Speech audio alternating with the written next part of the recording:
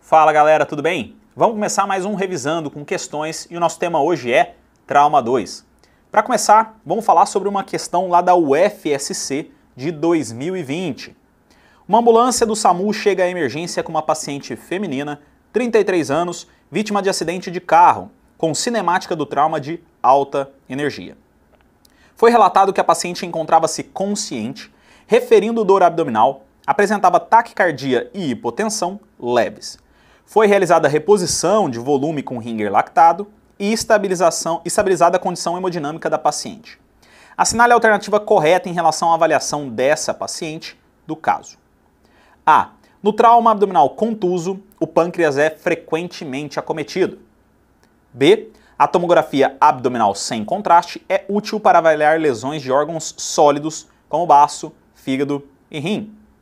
C. Em caso de se constatar a presença de lesão esplênica ou hepática, a laparotomia ou laparoscopia está indicada. Letra D. Em caso de instabilidade hemodinâmica e ultrassom FAST positivo, uma tomografia está indicada.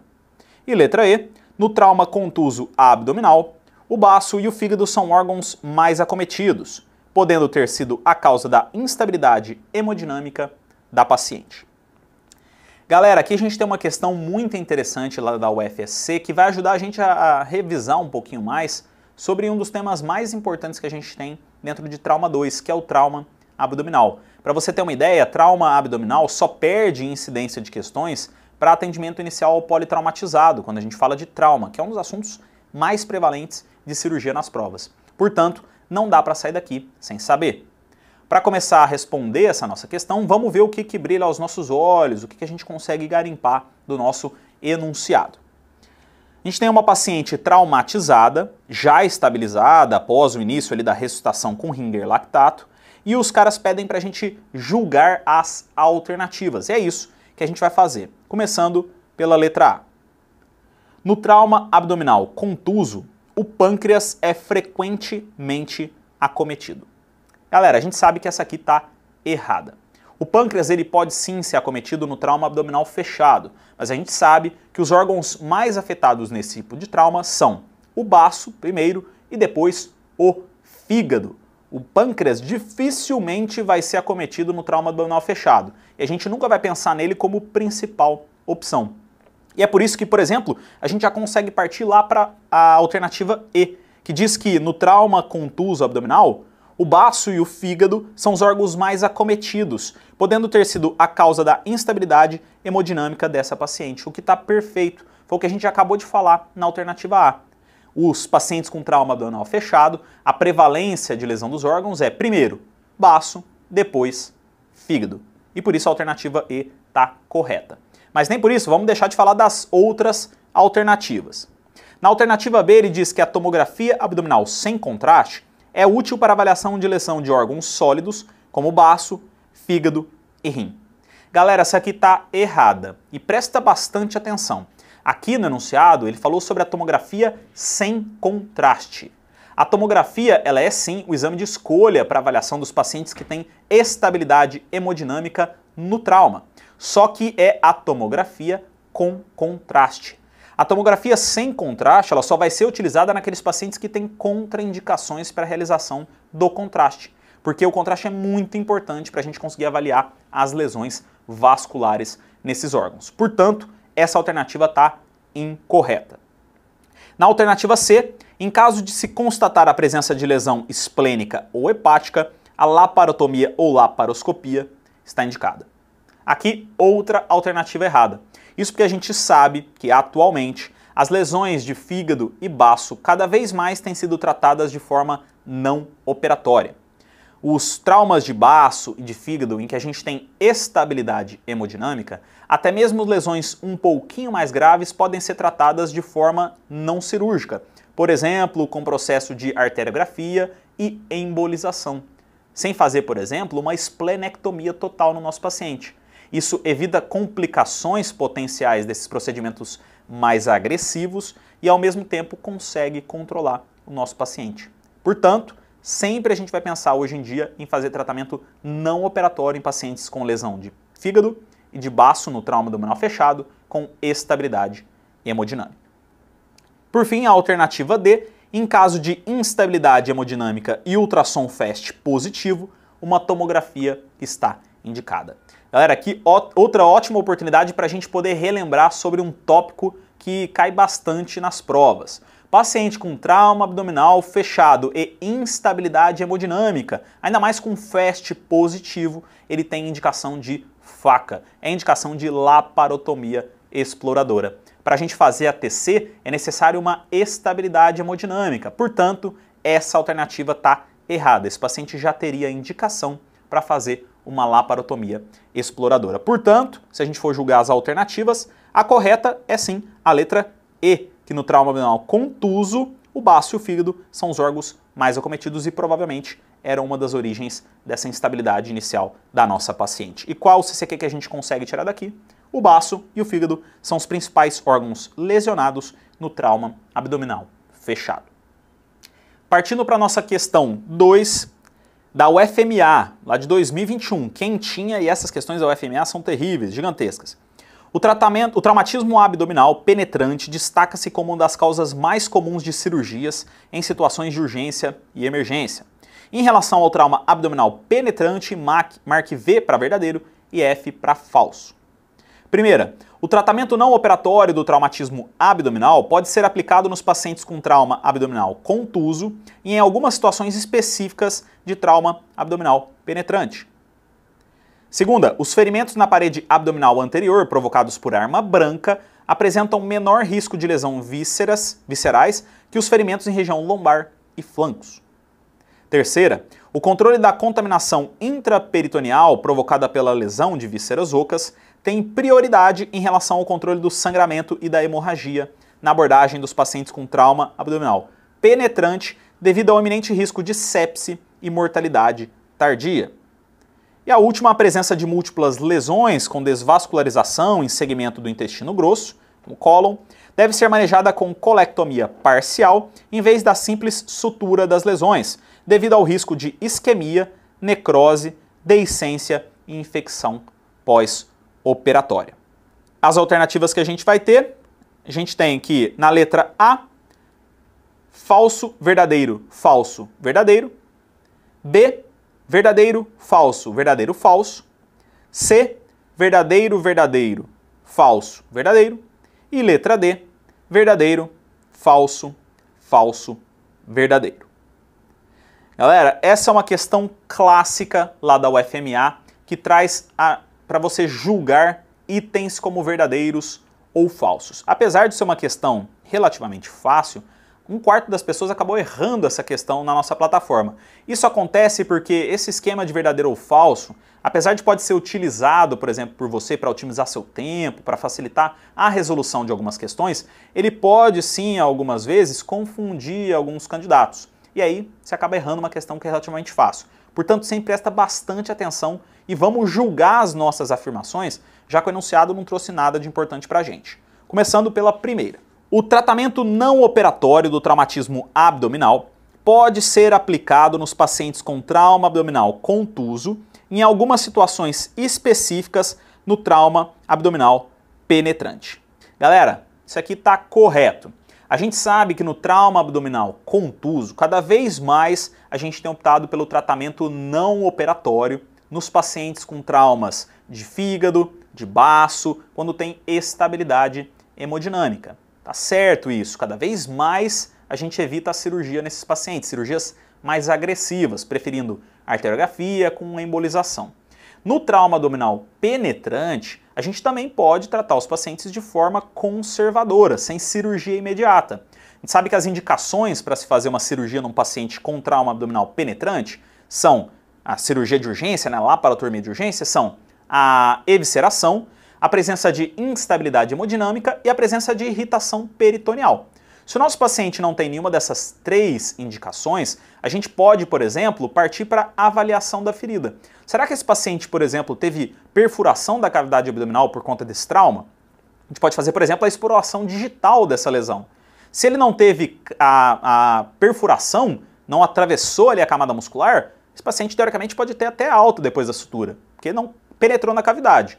Se ele relativamente penetrou, mas ele tem estabilidade hemodinâmica, a gente pode tentar observá-lo com exame físico seriado, com dosagem de hemoglobina, hematócrito, para avaliar se ele tem uma queda importante, e aí sim indicar a laparotomia. Ou seja, trauma penetrante abdominal não é igual à laparotomia. Existem indicações para a gente fazer esse tratamento. E, portanto, está certa a alternativa. Alguns casos de trauma abdominal penetrante podem ser sim tratados de forma não cirúrgica. Então essa aqui está verdadeira. Passando para a segunda, os ferimentos na parede abdominal anterior provocados por arma branca apresentam menor risco de lesões viscerais que os ferimentos na região lombar e nos flancos. Galera, essa aqui está errada. E está errada por quê?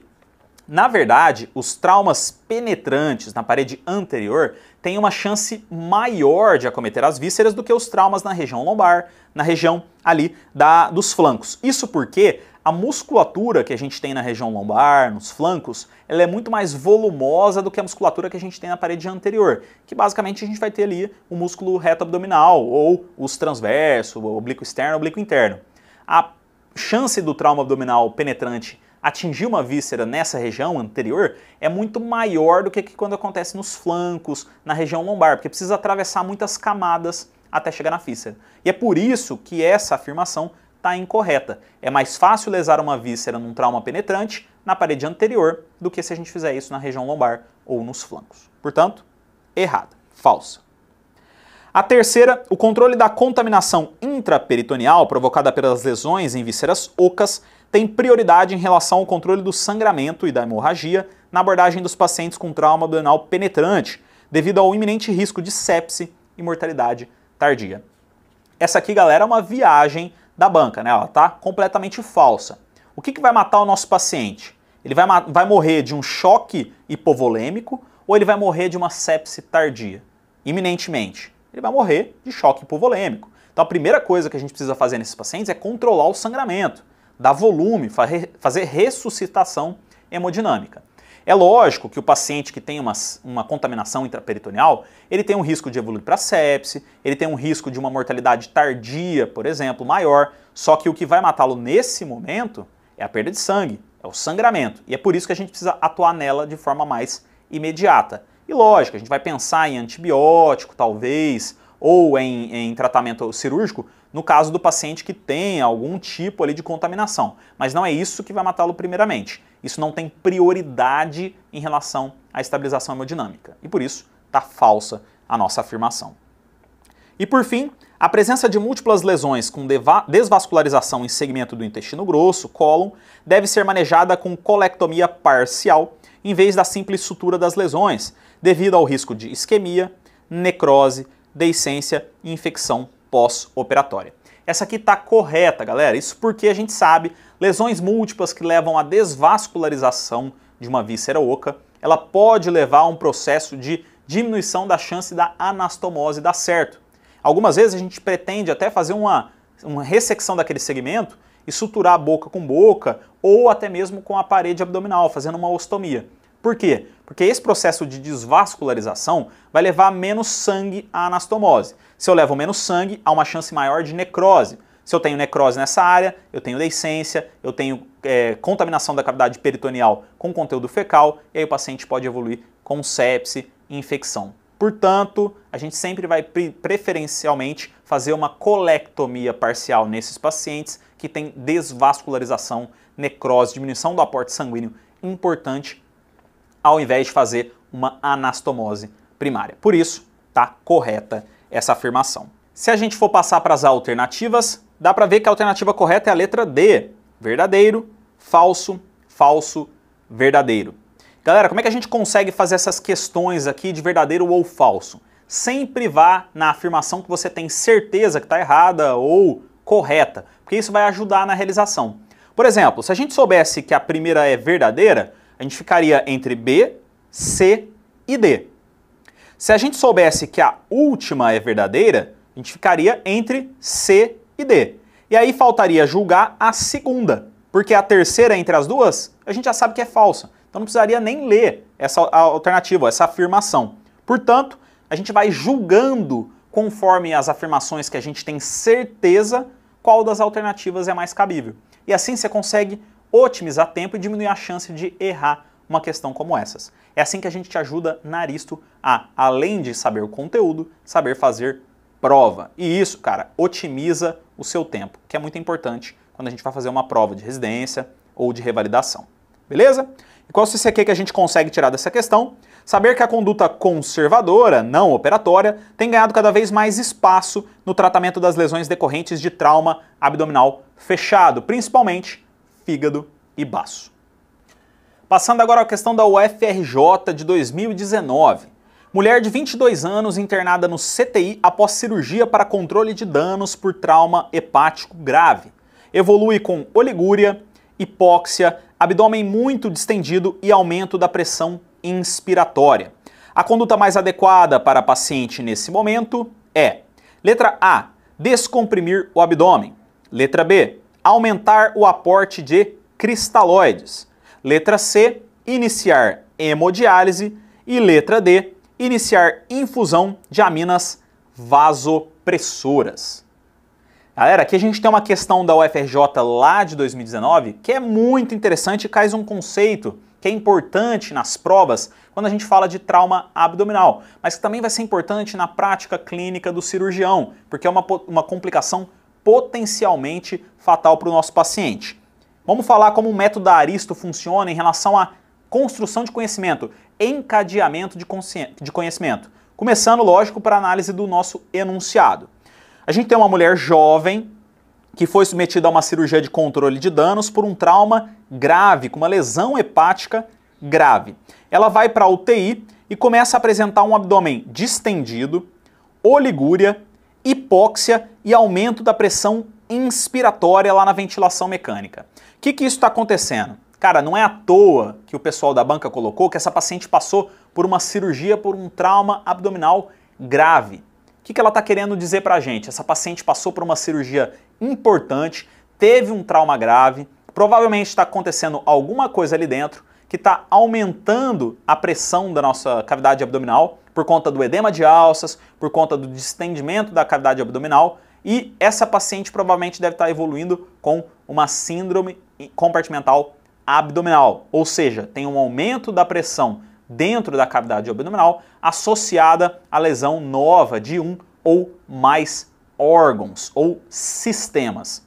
A complicação da síndrome compartimental abdominal é frequente quando a gente fala sobre trauma abdominal nas provas, e você precisa conseguir reconhecer essa condição e também por que ela acontece. Quando a gente tem um trauma abdominal importante, uma cirurgia importante, a gente fecha a cavidade abdominal do paciente, ocorre, lógico, edema de alças, ocorre quando a gente faz uma hidratação vigorosa do nosso paciente por conta de uma perda sanguínea importante, ocorre também um maior edema, uma maior pressão dentro da cavidade abdominal. Ao mesmo tempo, essa paciente tem uma cavidade que foi fechada, então ela tem restrição do conteúdo, aquelas alças que estão aumentadas de volume não conseguem expandir a cavidade abdominal, e mesmo que a gente consiga uma certa distensão da parede, vai chegar um momento em que a pressão ali dentro vai começar a aumentar. Isso é hipertensão intra-abdominal. Agora, quando a gente tem um aumento substancial dessa pressão, quando ela ultrapassa 20 milímetros de mercúrio, e quando a gente tem aparecimento de uma falha de um ou mais sistemas orgânicos do nosso paciente, aí sim a gente tem síndrome compartimental abdominal. E quais são os sintomas que o paciente vai apresentar? Sintomas como a paciente do nosso caso tem: oligúria, quando o paciente tem aumento da pressão inspiratória. Por quê? Quando a gente tem um aumento da pressão intra-abdominal, a gente vai ter uma diminuição da vascularização dos órgãos. Isso acontece por conta da microvasculatura, aumenta a pressão, colabora vaso e aí a gente tem uma diminuição da perfusão. Se a gente tem uma diminuição na perfusão lá no rim, por exemplo, o nosso paciente vai começar com oligúria, vai diminuir o volume urinário. Se a gente tem, por exemplo, um paciente com aumento da cavidade abdominal, a gente acaba distendendo a cavidade, acaba empurrando o diafragma e assim o paciente tem uma diminuição do volume da complacência pulmonar. Isso vai causar nele não somente um processo de hipóxia por conta da dificuldade de trocas, como também um aumento da pressão inspiratória, porque o paciente vai ter que fazer uma pressão maior para poder expandir o pulmão. Ou seja, todos esses achados que a nossa paciente apresenta são de uma síndrome compartimental abdominal. E qual que é a conduta nesses casos? A conduta na síndrome compartimental abdominal é abrir a cavidade abdominal do nosso paciente para permitir que essas vísceras, que essas alças se distendam e aí a partir do momento em que isso diminuir, a gente fecha novamente a cavidade. A gente pode deixar, por exemplo, o paciente numa bolsa de Bogotá, numa peritoneostomia após esse processo para poder permitir a diminuição da complacência ali das alças e assim fechar novamente a cavidade abdominal. Se a gente for ver a conduta que a gente tem nesses casos, a alternativa A traz exatamente o que a gente precisa: descomprimir o abdômen. Quando a gente vai ver, por exemplo, a alternativa B, que fala para aumentar o aporte de cristalóides para o nosso paciente, pelo contrário, se a gente tem uma síndrome compartimental abdominal, o que a gente precisa fazer é diminuir o aporte hídrico para o nosso paciente, já que se eu aumentar muito a oferta de líquido para ele, ele vai aumentar o edema, vai aumentar a pressão lá dentro. Na alternativa C, que fala para a gente fazer diálise, não adianta fazer diálise nesse paciente. Aqui o problema não é lesão renal como em si, mas sim diminuição da perfusão renal. Então não altera a gente fazer diálise nesse paciente neste motivo. E na alternativa D, que fala do uso de aminas vasopressoras, como dobuta, como noradrenalina, nesse caso a vasoconstrição ou inotropismo que esses tipos de medicamentos podem causar no nosso paciente, eles não vão reverter o quadro que ele tem. Pelo contrário, eles podem acabar piorando, porque o paciente já tem uma diminuição da perfusão orgânica por conta do aumento da pressão. Se eu faço vasoconstrição, eu diminuo ainda mais essa perfusão. Ou seja, a única alternativa que acaba direcionando para o tratamento correto é a alternativa A e o gabarito da nossa questão: descomprimir o abdômen. E qual que é o CCQ que a gente consegue tirar dessa questão? Saber reconhecer o quadro de síndrome compartimental abdominal e a conduta preconizada nesses casos, que é a descompressão abdominal. Partindo para a próxima questão, temos uma questão da UFRJ de 2021, também bem atual. Homem, 40 anos, sofre acidente em corrida ciclística e é levado ao setor de emergência com queixa de dor intensa no abdômen inferior. Relata intensa vontade de urinar. Exame físico: hemodinamicamente estável, abdômen distendido com bexiga palpável, sem sinais de irritação peritoneal. A hipótese diagnóstica mais provável e a conduta mais adequada, respectivamente, são: letra A, lesão de testículo, início de anti-inflamatórios. Letra B, lesão de bexiga, cateterismo vesical de demora. Letra C, lesão de uretra, cistostomia imediata. E letra D, lesão nervosa, cateterismo vesical de alívio. Galera, aqui a gente tem uma questão da UFRJ que traz um assunto importante quando a gente fala de trauma abdominal e que tem caído cada vez mais em algumas bancas específicas, como a própria UFRJ. Estou falando sobre o trauma gênito urinário. Nesse tipo de caso em que a gente tem caso clínico, uma questão com caso clínico, a gente tem que tentar sempre avaliar o caso clínico, porque na maior parte das vezes a resposta da nossa questão está no próprio caso clínico. Então vamos fazer isso. O que a gente tem aqui?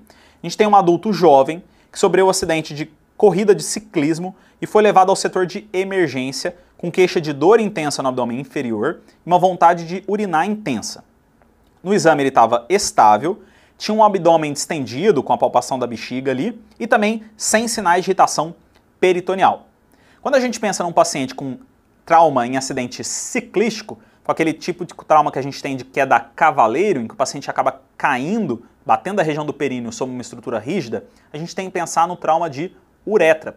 Nesses pacientes, queixas como as apresentadas no nosso paciente, vontade intensa de urinar, a presença de sangue pelo merato uretral, a presença de equimoses penianas e também a dificuldade em alguns casos para urinar com dor, são queixas clássicas.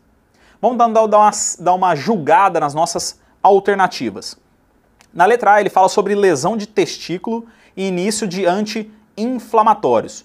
Galera, no trauma cavaleiro a gente pode ter trauma testicular? A gente pode ter trauma testicular. Mas você acha que a clínica apresentada pelo nosso paciente é mais de trauma uretral ou trauma testicular?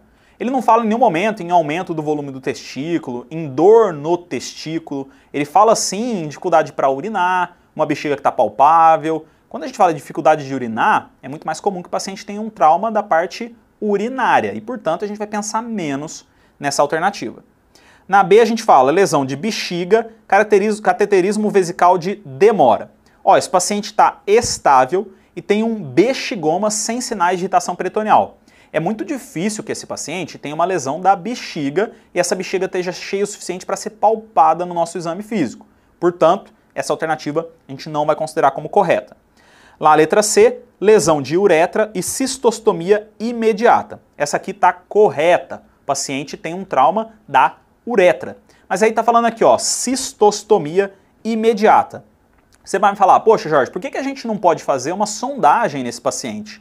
Porque esse paciente provavelmente tem um trauma de uretra. Se a gente for fazer essa sondagem, a gente pode acabar causando ali um falso trajeto, um duplo trajeto. E aí piora a lesão que o paciente já tinha. Portanto, em pacientes com lesão de uretra, principalmente aqueles com sinais como saída de sangue do meatro uretral, algumas equimoses, a gente não vai fazer o cateterismo vesical, o cateterismo uretral. A gente vai fazer a cistostomia imediata. E na lesão D, lesão nervosa, cateterismo vesical de alívio, a gente nunca tem que pensar na possibilidade mais remota. A gente sempre tem que pensar no que é mais comum, o que a banca quer que a gente responda. E uma lesão nervosa, com certeza, não seria a principal delas. Então, a gente deixa essa alternativa de lado. Se a gente for avaliar, então, o gabarito da questão, é a letra C, lesão de uretra e cistostomia imediata. E qual que é o CCQ que a gente consegue tirar dessa questão? Lesão de uretra deve ser suspeitada em trauma com ciclista, trauma cavaleiro, e caso houver bexigoma, cistostomia imediata está indicada. Na nossa última questão, lá do HCPA do Rio Grande do Sul de 2022, quentíssima essa, diz assim, ó, paciente de 38 anos sofreu queda de uma escada em casa, caindo em piso duro. Levado à emergência, apresentava 7 pontos na escala de coma de Glasgow, tendo sido intubado. O exame clínico mostrou hemiplegia direita, pupilas isocóricas e fotorreagentes. A tomografia computadorizada de crânio revelou uma fratura à esquerda e um hematoma extradural com desvio das estruturas da linha média. Que conduta entre as abaixo é a mais adequada neste momento? Letra A. Internação em centro de tratamento intensivo, CTI, e monitorização da pressão intracraniana por apresentar menos de 8 pontos pela escala de coma de Glasgow. Letra B. Internação em CTI com avaliação neurológica a cada 2 horas.